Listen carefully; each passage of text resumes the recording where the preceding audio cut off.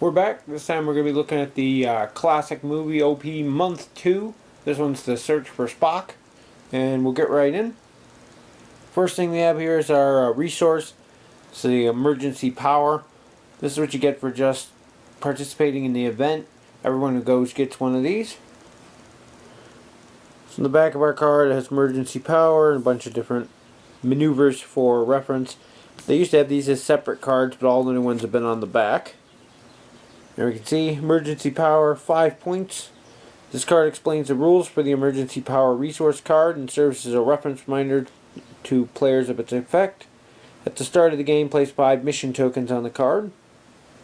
During the execute maneuver step of an activation phase, after a ship in your fleet performs a green or white maneuver, that ship may immediately perform an additional maneuver from its maneuver dial with a speed of 1 or 2.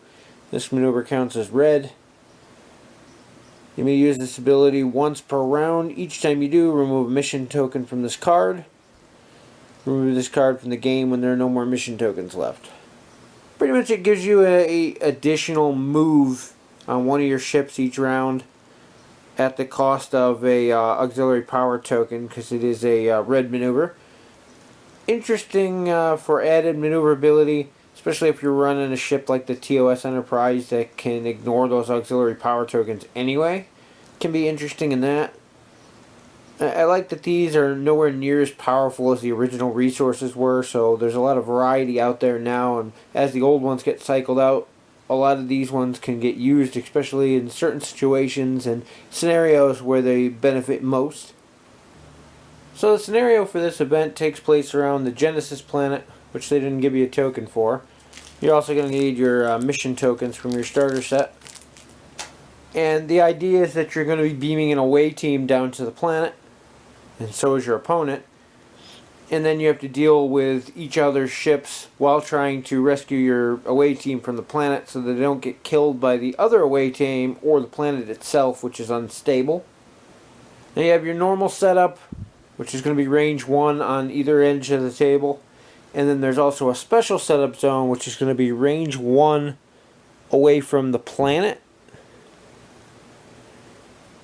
And you can't be any farther out than the actual edge of the planet itself. So it's going to be a range 1 little box here, and they have one on the other side for the other player. And one of your ships must start in that section there. The rest of your fleet starts as normal on the edge.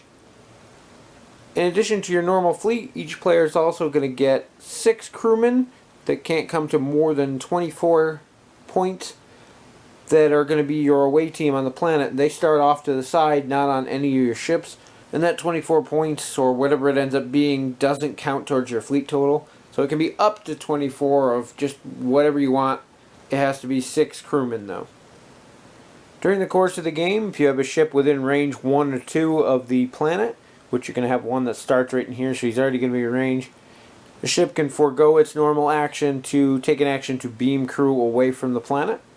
If your ship's not cloaked, you can lower the rest of your shields, and you beam one of the crewmen over. You take one of the crewmen out of your pile of 6 that you have set aside, and you also take one of the mission tokens and add it to your pile. You can throw it right on your ship card, I believe they tell you to.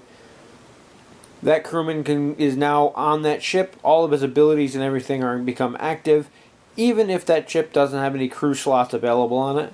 So it's really nice because you can pile them up on a ship and get more crew than you normally could. While the crew are on the away team on the planet, none of their abilities or anything have any effect, but once they're up on their ship, they work just as normal. Now the planet itself is very unstable, so each turn, any ship that's within range 2 of the planet or less at the end phase of the turn is going to roll 2 attack dice. On a hit or crit, the ship takes damage as normal. And then for your away team who's on the planet, you're going to roll 1 defense die for each member of your away team. And if you roll at least 1 evade result, then they're safe. Otherwise, you have to kill off one of the crewmen on your away team. As you beam them away, you're going to get less and less dice. It's going to be more likely that something bad happens to someone down there. So keep that in mind. Now the other option you have with your away team is that instead of beaming them off, you can use them to fight the other people's away team that's on the planet.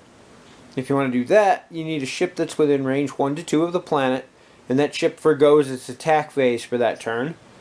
And instead of that attack phase, what you're going to do is roll 1 attack die for each member of the away team up to 2, so you can never get more than 2 dice. And then the defending player is going to roll a defense die for each of their crew members on the planet to a maximum of 2. And then for each uncancelled hit or crit, you're going to kill one of those away team members on the planet.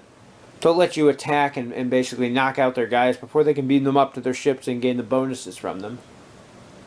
And in addition to this, you're going to have your normal fleet battle going on with your ships fighting their ships.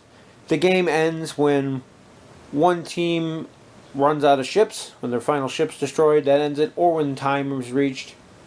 At the end of the game, you're going to get an additional 5 points for each of the mission tokens that you picked up from beaming your away team up from the planet. In addition, whoever has the most of those mission tokens, meaning they rescued the most amount of their away team, is going to get an additional 10 points on top of that. Then you figure out the victor is normal and go from there. It's an interesting scenario. I like the risk involved if you want to leave your crew on the planet and have them fight each other, or if you want to beam them up as fast as possible to try to get those bonuses up on your ships. Who you pick and choose to put on your away team is going to make a big difference for you. Because of the way you're beaming and not actually adding them in your force, the cross-faction penalties and things I don't think apply, because it really wouldn't be possible to add them. So you can really pick and choose from a wide variety of crewmen that you want down there, and get all sorts of bonuses and benefits depending on what combinations you can beam up to your ship. That is, if you have the time to beam up while your opponent's trying to kill you. At the same time, they're trying to beam up their crew, so your initial 2 ships that are on the planet may take a turn to start bringing some guys up right off the bat while the other ships move into position. Some people might forego the planet altogether and loop around and try to start shooting at you, because you do have to lower your shields to beam them up, so you become a target at the time. Ideally, I think what I would end up doing is probably getting 1 off on the first turn, regrouping my ships, and then try to whittle down the opponents till they only had 1 damaged ship left or so. Then go back and try to get some of the other guys off the planet before finishing them off and ending the game. I think that would be my strategy. It all really depends on how the game goes and what you have down there that you're going to be picking up. But it's an interesting scenario. Still annoyed that they're not giving actual scenario pieces anymore, but we have plenty of planets laying around. It is worth noting that the planet that comes in the starter set is quite a bit smaller than the ones that came from the OP kits. I think this is the one that they actually referenced in the guide for the scenario. There's another one that looks very similar to this that's actually Earth. This one's obviously not. The continents and things are different. Has that on the back. But tried to match it up with the one that actually goes to the scenario. Anyway, that's pretty much for it for this one. The prize for winning the entire event is Krug's Bird of Prey. It's another Burrell class. Got some interesting cards in there. I'll be doing a standalone video for that. So if you're interested to see what's in there, check that one out.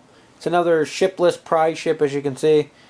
And we'll get a video up for that probably tomorrow. So check that out. And that's pretty much it for this one. We'll see you in the next video.